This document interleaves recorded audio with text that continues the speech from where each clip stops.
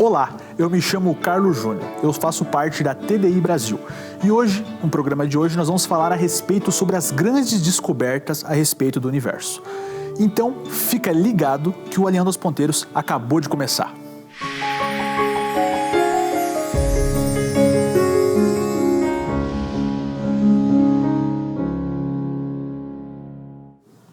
E com os avanços da ciência, cada vez mais a gente consegue descobrir e se aproximar da verdade.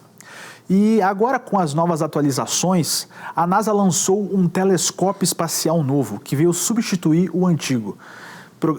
Telescópio esse chamado Hubble. E esse novo telescópio que eles lançaram agora se chama James Webb. E esse telescópio tem uma função muito específica, que é registrar o início do universo, demonstrar como aconteceu, como as coisas estão estruturadas para que a ciência, principalmente a astronomia, avance mais ainda. E esse telescópio está fazendo grandes descobertas astronômicas que têm assustado os astrônomos por aí. Então, no assunto de hoje que nós vamos tratar é explicar um pouco mais como funciona esse telescópio e também o que ele está descobrindo, porque as descobertas que ele está fazendo está deixando muito cientista de cabelo em pé. Então você não pode deixar de acompanhar o nosso querido Dr. Adalto Lourenço, que estará aqui fazendo uma apresentação sobre esse assunto. O Adalto Lourenço, que é um grande físico, ele que é formado, aí tem mestrado em física, hoje comanda um laboratório, né, faz parte lá nos Estados Unidos e está fazendo um grande trabalho nesse assunto. E ele pesquisou mais sobre o James Webb e vai trazer um recado muito bacana para nós, explicando todas essas descobertas que esse telescópio está fazendo, todas as coisas que ele está registrando aí no universo, porque a capacidade dele de registrar é extremamente superior ao Hubble. Então, cada vez que a ciência vai chegando mais longe, a gente vai chegando mais perto de compreender como tudo iniciou. E é isso que o Adalto vai explicar hoje aqui para nós, como as coisas estão indicando. Por isso que ele vai falar, telescópio espacial James Webb, o início do fim, que é um tema um tanto quanto maravilhoso. Por que o início do fim? É isso que nós vamos descobrir hoje com o professor Adalto. O que esse telescópio está descobrindo que está fazendo terminar a possibilidade de algumas teorias aí que estão há anos prevalecendo na ciência. Então fica ligado que o Adalto Lourenço está entrando agora com essa apresentação para vocês. Fica ligado. Pois bem, aí já falamos um pouquinho a respeito dos dois telescópios, três na verdade. Eu queria tratar de dois efeitos muito importantes para eu poder explicar exatamente o que está acontecendo e como nós interpretamos os dados e coisas desse jeito. Então eu queria primeiramente falar a respeito desses dois efeitos espetaculares que nós temos. Tá aí. Dois efeitos importantes. Nós temos o primeiro efeito, que é o efeito Doppler, e o segundo efeito está relacionado com as linhas espectrais ou linha espectral. Então vamos dar uma olhadinha a respeito, começando a falar a respeito do efeito Doppler. O efeito Doppler é algo que nós já estamos habituados e talvez a maior parte de vocês já ou estudou ou já ouviu falar a respeito. É aquele efeito que nós ouvimos, por exemplo, da sirene de uma ambulância. Se você estiver parado num lugar, se estiver passando uma ambulância, se você estiver na frente, ou seja, a ambulância estiver vindo na tua direção, você vai perceber que o som da sirene da ambulância é um pouco mais agudo. Por quê? Porque o som fica um pouquinho mais compactado, o comprimento de ondas é menor. Para quem está atrás da ambulância, ou seja, onde a ambulância já passou, você percebe que a sirene, o barulho da sirene, o som dela, agora fica um pouco mais grave. Por quê? Porque o comprimento de onda é um pouco maior. Esse efeito é muito fácil da gente perceber se você estiver assistindo uma corrida de Fórmula 1 ou qualquer corrida. Você percebe aquele barulho, vou fazer o efeito especial agora, sai assim, okay? Quando está vindo na tua direção, o som é mais grave, mais agudo, desculpe-me. Quando ele está indo embora, o som é mais grave. Então essa é a ideia do efeito Doppler. Só para a gente ter uma ideia, deixa eu colocar aí para você, para que nós possamos dar uma olhadinha. Na verdade, o efeito Doppler nada mais é, no caso da física clássica, onde as velocidades de uma fonte e um receptor em relação ao meio são menores que a velocidade das ondas no meio. a relação entre a frequência observada, o F, e a frequência emitida, F0, é dado por essa equação que vocês estão vendo aí, onde o C não é a velocidade da luz, tá? Aí é a velocidade de propagação no meio. O VR é a velocidade do receptor, o VS, velocidade na fonte. E se a gente quiser colocar de uma forma assim mais específica esse efeito Doppler, supondo que a fonte esteja se aproximando ou se afastando, aí você tem praticamente esse lambda que nos dá literalmente esse fator de afastamento ou de aproximação, tá? Então essa é basicamente a ideia do efeito Doppler. Muitas pessoas chegam para mim e falam assim, não, você está falando de som. Exato, a mesma coisa acontece no espaço quando a gente trata de luz. Você fala assim, mas como assim? Deixa eu explicar. Quando nós olhamos no espaço, se um objeto, por exemplo, uma galáxia, estiver vindo na nossa direção, a luz dessa galáxia estaria um pouco mais azulada. Se ela estivesse se afastando da gente, ela estaria um pouco mais avermelhada. Isso é o que a gente chama, no caso do azul, do blue shift, desvio espectrográfico da luz para o azul, e red shift, desvio espectrográfico da luz para o vermelho. Então, é possível captar esse efeito Doppler, inclusive quando nós estamos observando corpos celestes. Através dessa observação, nós sabemos se eles estão aproximando ou afastando. A diferença é que quando nós tratamos de corpos celestes, nós procuramos usar um sistema de equações que é um pouquinho mais simples, que é essa aí que vocês estão vendo, onde a letra Z corresponde a esse desvio espectrográfico da luz para o vermelho. Então, na verdade, nós temos o comprimento de onda em relação ao observador, menos o comprimento de onda original, tudo isso dividido pelo comprimento de onda original. Esse é aquele Z que a gente encontra, que o pessoal fala, nós vimos uma galáxia com Z 3.75, com Z 12. Seja lá o que for, esse é o famoso Z. A pergunta é, mas como é que a gente calcula então esse Z? Como é que a gente sabe que a luz de uma galáxia está mais azulada do que ela deveria ser ou mais avermelhada do que ela deveria ser? Essa é uma boa pergunta e a resposta com respeito a isso está relacionado com o espectro de emissão. Ou seja, elementos químicos, quando superaquecidos, os seus elétrons passam de um nível de energia para outro. A gente vai tratar, eu vou dar uma explicação básica. Esse salto é muito interessante porque esse elétron fica nesse nível de energia e quando ele volta ao seu nível de energia normal, ele emite um fóton. Em outras palavras, se nós olharmos para cada elemento químico tem uma quantidade específica de linhas espectrais, ou seja, de emissões que caracterizam aquele elemento. Por exemplo, o hidrogênio tem tem 568 linhas. Se nós pegarmos o oxigênio já possui 5.913 linhas. Se pegarmos o ferro, ele possui 34.233 linhas. Se pegarmos, por exemplo, o enxofre, ele possui 8.033 linhas. Ou seja, cada elemento químico ele tem uma assinatura.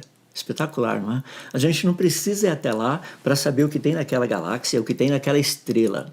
A gente consegue ver daqui. É só uma questão da gente olhar e ver quais são os elementos químicos que estão lá. Você fala, peraí, mas como é que você sabe que é mais azulado, mais avermelhado? De novo, vamos dar uma olhadinha no princípio, tá? Eu acabei de mencionar agora de pouco que um elemento químico, por exemplo, aí você está vendo o nitrogênio. Pega um elétron que sai do nível 2 de energia, pula para o nível 3 e de repente ele não consegue manter lá, ele volta para o nível 2. Quando ele volta para o nível 2, ele emite um fóton que tem praticamente um comprimento de onda de 656,28 nanômetros, é o que a gente chama de H-alfa. Então, quando nós olhamos isso, essa linha específica, isso daí é hidrogênio. Ah, que legal! Se nós tivermos mais linhas, olha só o raciocínio, que coisa interessante. Vamos pegar o caso do hidrogênio. Deixa eu dar algumas ideias para vocês. Se vocês entrarem no site do NIST, que é literalmente onde você encontra uma quantidade muito grande de informação, você vai encontrar especificamente linhas de todos os elementos químicos. Por exemplo, do hidrogênio, eu acabei de mencionar para vocês, são 568 linhas do espectro. Deixa eu mostrar algumas delas. Vou pegar algumas que são mais importantes. Está vendo essa azulada que eu marquei aí? Essa é uma das linhas que tem uma intensidade relativa de aproximadamente 70 mil. Tem uma outra que eu estou passando aqui, de novo, uma intensidade relativa também de 70 mil. Eu já volto daqui a pouquinho, eu dou os mais detalhes em termos de quais são. Eu vou pegar mais duas que você encontra justamente aqui. Tá? Então você peguei essas 4 linhas específicas do hidrogênio, com as suas específicas intensidades relativas, para a gente poder pegar e estudar. Você fala, mas por que você pegou o hidrogênio?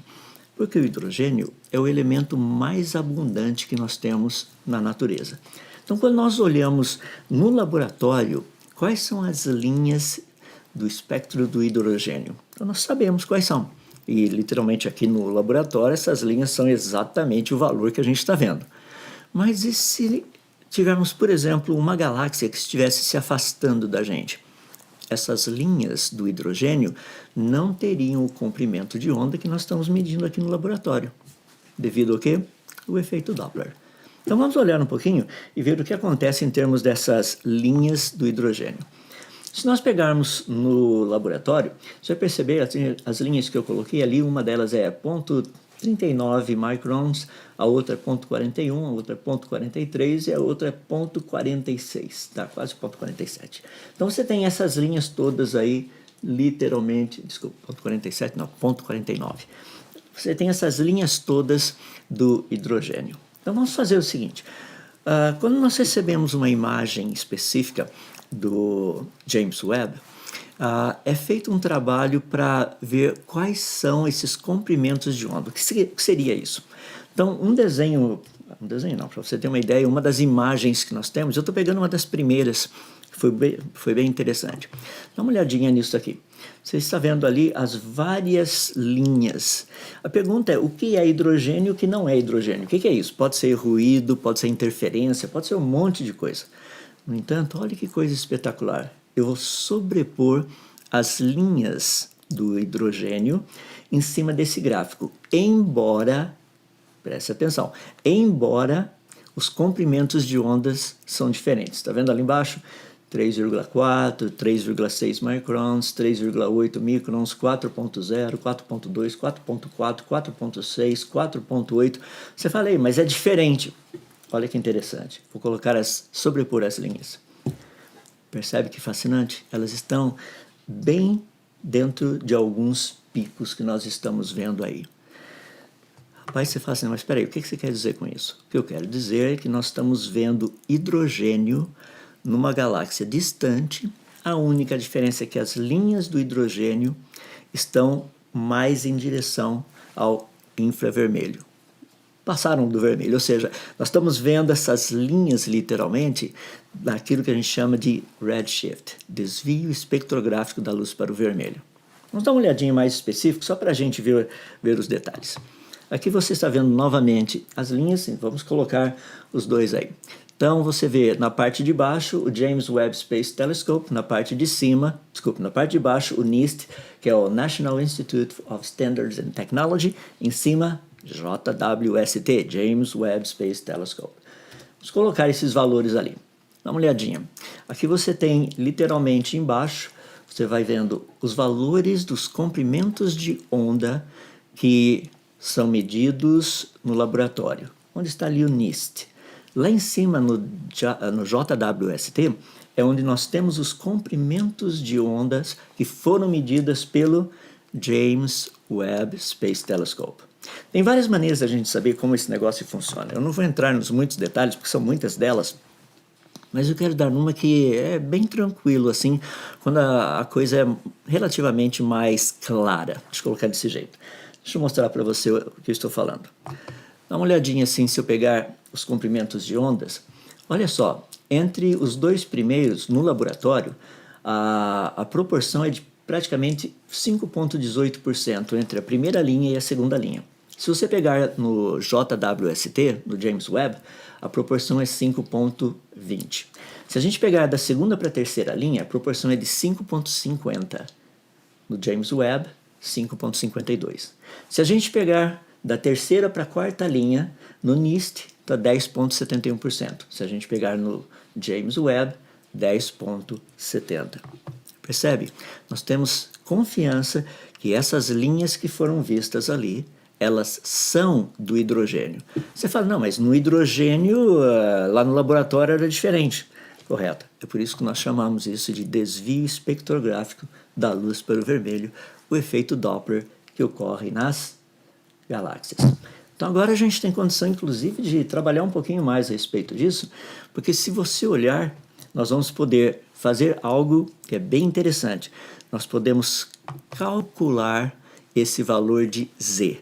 Lembra que eu mencionei agora de pouco a equação Z igual L menos L0 dividido pelo L0, aquele negócio todo? A gente vai dar uma olhadinha agora, vamos fazer esses cálculos para a gente ver com essas diferenças de comprimentos de ondas qual seria o desvio espectrográfico da luz desse objeto que foi observado pelo James Webb Space Telescope. Então vamos ver ali. Agora eu tenho... Vocês estão vendo o que eu já tinha dado a parte principal, e agora nós estamos vendo aí literalmente o Z. Percebe que o Z é praticamente o mesmo? Deixa eu colocar isso de uma forma melhor numa planilha, só para a gente poder perceber. Olha lá.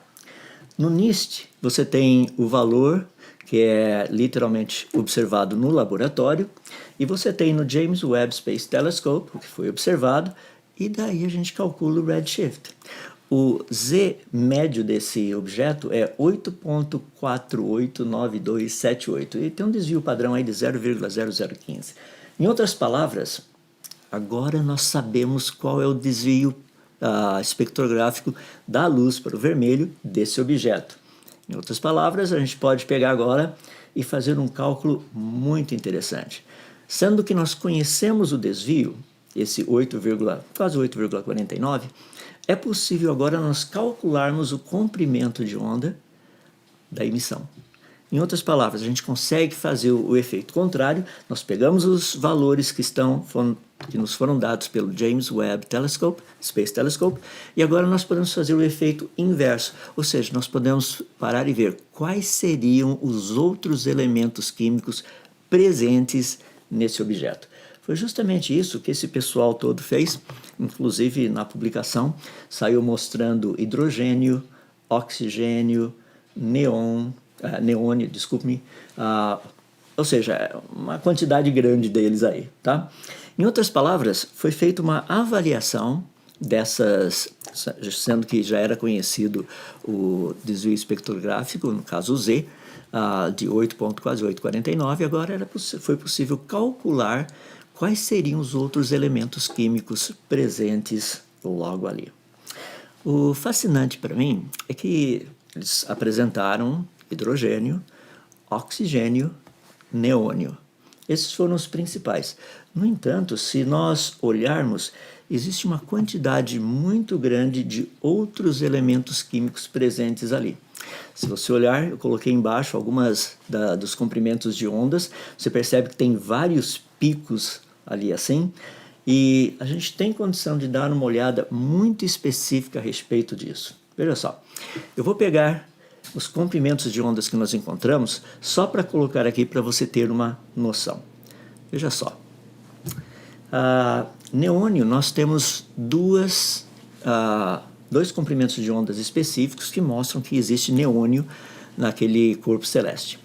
Oxigênio, nós temos 3 específicos. O hidrogênio eu já falei, tem 4 deles. No argônio, nós temos 2 específicos. Você fala, não, mas eu não vi isso lá. É verdade, você não viu, mas tem. Nós temos também no cromo, existem 5 linhas específicas que mostram que aquele objeto possui cromo. Não somente isso. Existem 8 linhas específicas do vanádio e 10 linhas específicas do ferro. Rapaz, ferro no início do universo, vanádio no início do universo. Já imaginou que coisa espetacular? Isso é o que o James Webb está nos mostrando. Só que muitas pessoas, quando olham isso daí, eles só veem aqueles elementos químicos que foram apresentados. Eles não veem os demais. Seria tão bom se pudessem mostrar os outros elementos químicos também. Só para a gente ter uma noção, deixa eu pegar em termos de intensidade. Dá uma olhadinha. Se nós olharmos a intensidade, o neônio nos dá uma intensidade relativa, pelo que a gente viu ali no gráfico apresentado por eles, de 0,51 a 0,58. Isso aparece na publicação científica. No entanto, o ferro, que tem essas 10 linhas no espectro e não aparece na publicação científica, tem literalmente uma intensidade igual a do neônio. Vai praticamente de 0,13 até os picos maiores com 0,58. Rapaz, isso é um negócio assim muito legal, sabe por quê? Porque mostra que o ferro não tem uma intensidade tão menor assim do que o neônio que está presente lá. Ou seja, é uma quantidade razoável de ferro nesse corpo celeste que a gente vai ver qual a distância dele daqui a pouquinho. Então nós podemos agora dar uma olhada, vamos comparar isso daí, esse dado aqui, com o do Sol. Vamos voltar aqui, ó. Esse é o material neônio, vocês estão vendo ali as intensidades relativas dos dois picos e as intensidades relativas do ferro entre esses dois valores, 0,13 até o 0,58. Esses 10 que eu mencionei para vocês. Se nós falarmos agora só do Sol propriamente dito, que segundo a idade naturalista dele é de 4,6 bilhões de anos, ele tem um pouquinho mais de ferro do que neônio. Interessante, não é? 0,16% da constituição do Sol, do nosso Sol, é ferro, o elemento químico ferro. E 0,12% da constituição do Sol é do elemento químico neônio. Impressionante, não é? Minha pergunta é por que será que não foi dito nada a respeito especificamente do ferro? Ele está lá, certeza. Não tem o que duvidar. Tem 10 linhas específicas do elemento químico ferro naquele corpo celeste, mas ninguém tocou no assunto e a resposta não é muito difícil. Por quê? Porque, tecnicamente, ele está tão distante da gente, logo no início do universo, que seria muito, muito difícil encontrar uma quantidade absurda de ferro como foi encontrado. Só para finalizar, deixa eu fechar essa parte toda, aí a gente vai falar a respeito da distância, porque isso aí é o que está pegando mais agora. Então, quando nós tratamos desse aspecto de distância e tempo, porque são duas coisas diferentes, é possível calcular a distância usando esse efeito Doppler, e os cálculos a gente só precisa da velocidade relativística, está aí, a velocidade da luz você está vendo lá.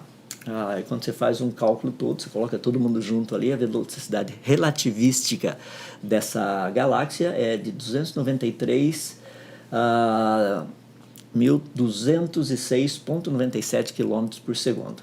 Bem legal, né? A distância dela dá para a gente calcular, é só pegar a constante de Hubble, a gente faz o cálculo, dá mais ou menos 4.014 megaparsecs. Isso daí você traduz em anos-luz, dá 13,093 bilhões de anos-luz, é a distância, ou seja, 3,1 bilhões de anos-luz. Isso é a parte que eu estou colocando para vocês aqui. Peço desculpa, segurei o outro slide. Mas esse é o cálculo que nós fazemos. Percebe? Então nós temos um objeto que nós estamos vendo a 13,1 bilhões de anos-luz. Foi muito interessante porque isso daí nos dá a distância. No entanto, na publicação saiu algo muito interessante que eles colocaram como sendo a idade, 13,1 bilhões de anos. Na verdade, com o efeito Doppler, a gente só sabe a distância. Daí, para calcular a idade, tem outras coisas. E é por isso que hoje, eu não tenho tempo para colocar aqui, mas é por isso que hoje muitas pessoas estão, principalmente na área da cosmologia, estão dizendo o seguinte: não, 13,1 bilhões de anos-luz foi quando a luz saiu de lá. Então a galáxia hoje, rapaz, está sendo uma coisa assim fascinante a respeito disso. Por quê? Porque chegou um ponto em que alguma coisa tem que ser feita, senão o universo vai ter que ficar mais velho. Em outras palavras, a gente está começando a ver o início do fim de uma teoria falida. Vai ter que ter outra aí no lugar. Para concluir, vou colocar para vocês qual a minha visão a respeito de tudo isso. O que eu gostaria de ver acontecendo? E a resposta não é nada difícil, é uma resposta bem simples. Eu gostaria de ver alunos analisando os dados do James Webb Space Telescope. Sabe, esses dados se tornando TCCs, teses, dissertações. Essa é a minha visão para que tudo isso aconteça. Porque tem muito material que o James Webb está dando. Tem alguns detectores que estão começando a enfraquecer um pouquinho, por isso a gente precisa usar o máximo possível, coletar o máximo de dados possíveis. Sensacional! Bom, como vocês viram que o professor Adalto Lourenço falou, as descobertas do telescópio espacial James Webb está abalando as estruturas da ciência. E cada vez mais que ele está chegando mais perto do que nós chamamos de início do universo, muitas coisas estão sendo descobertas. Muitas galáxias estão sendo encontradas já prontas, né, organizadas, e não era aquilo que estava sendo esperado por muitos cientistas. Então, essas descobertas estão abalando o meio acadêmico e deixando muitos cientistas preocupados em como organizar essas questões com a teoria atual, que é o Big Bang. Obviamente, quando nós estudamos essa possibilidade dentro do design inteligente, por exemplo, nós não temos problema com ambas as teorias. Por quê? Porque o design inteligente ele se baseia apenas no escopo de detecção de inteligência. Então, o que acontece, digamos assim, nessa questão? Ambos os modelos, tanto do Big Bang como de Terra Jovem, eles necessitam de um designer, de alguém que tenha projetado o universo e a vida. Porque toda a complexidade que se exige para você ter vários universos, como por exemplo o multiverso. Muita gente fala, bom, mas se tem vários universos, então possivelmente eles podem ter surgido assim por acaso, porque a quantidade é muito grande. Então quer dizer que a hipótese de Deus está anulada com o multiverso. Mas eu vou ousar dizer uma coisa, quanto mais complexidade especificada e irredutível na vida, mais a necessidade de um criador. E dessa forma é possível compreender que quanto mais vai exigir, digamos assim, dentro da criação, todas as estruturas, a vida é um grande exemplo de que existe um criador. Então, nesse sentido, a grande descoberta do James Webb é que a vida, o universo principalmente, que é onde ele está, né, aí, digamos assim, mergulhando no universo, dentro dessa analogia, ele está descobrindo que as coisas foram prontas, foram feitas prontas por um designer, alguém que projetou o universo e a vida. E cada vez que o James Webb está trazendo novas imagens, os cientistas estão se assustando cada vez mais. Por quê? Porque nós estamos descobrindo que a ciência ela está um pouco atrasada em relação ao que a palavra de Deus nos ensina. Um livro de mais de 2000 anos está nos ensinando coisas que a ciência está descobrindo agora. Isso é muito fantástico. E é por isso que o James Webb é o início do fim para muitas teorias científicas. Então, gente, eu quero agradecer a todos vocês que assistiram ao nosso programa hoje e você não perca o próximo sábado, que teremos assuntos científicos para tratar aqui no Alinhando os Ponteiros. Muito obrigado pela sua audiência e não se esqueça de se inscrever aqui no canal da Rede Super e também nos acompanhar na televisão. Eu agradeço a todos vocês e até o próximo programa.